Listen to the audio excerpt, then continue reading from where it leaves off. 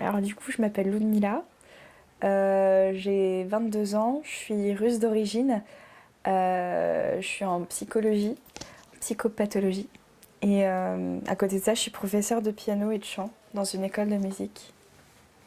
Voilà. Qu'est-ce que tu as pensé des autres plats? On va d'abord parler de tes ressentis. En même temps, moi j'aime bien déjà manger d'autres plats, d'autres cultures, des choses un peu exotiques. Alors du coup, j'étais super contente. Et j'ai pas encore fait tout, mais j'ai l'intention de prendre les recettes d'absolument tous les autres plats. Donc non, j'étais contente. Alors après, c'est vrai que le plat mexicain, mais ça va. Lequel t'as fait lequel t'a le plus plu Bah, du coup, j'attends le dernier là avec les arepas, ce qui m'intrigue. Mais je dirais que j'ai beaucoup aimé le plat taïwanais. Qu'est-ce qui t'a plu? Le goût ou le fait de manger la technique Bah ouais, les deux. Le fait de manger avec des baguettes, c'était carrément cool de manger vraiment. Puis elle nous a raconté aussi dans quel contexte elle mangeait ce plat, avec sa famille, etc. C'était super intéressant. Et du coup, ça m'a plu de manger un plat à la manière nationale.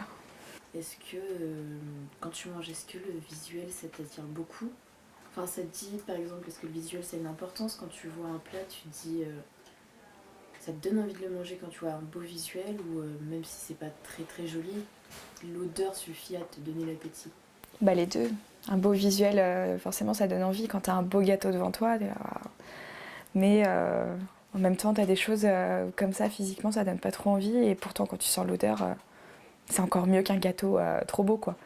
Je dirais les deux quand même. Qu'est-ce qui t'a marqué en fait pendant ce repas?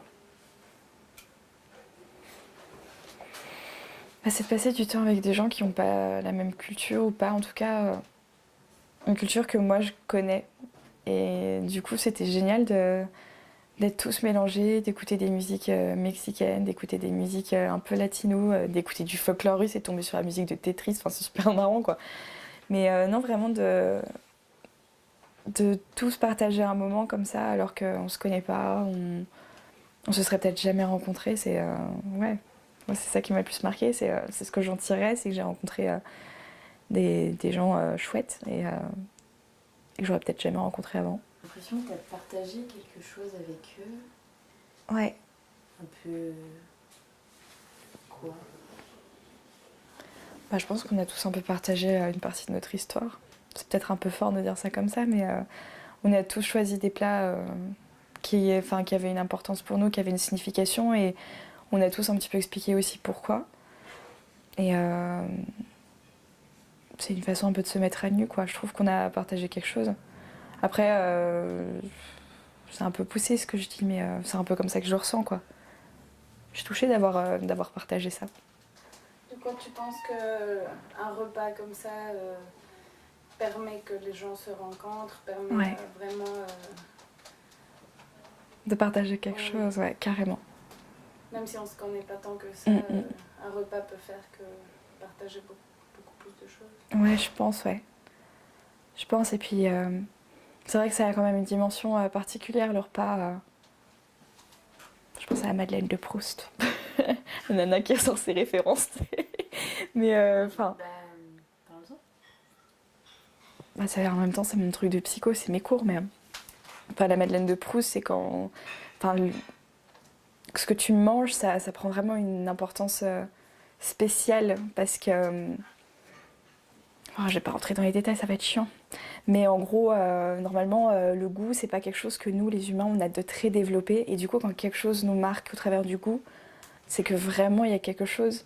Donc du coup, quand on arrive à passer du temps avec des gens, apprécier le moment au travers du sens du goût, bah, c'est encore plus beau parce que c'est pas banal au final, en quelque sorte.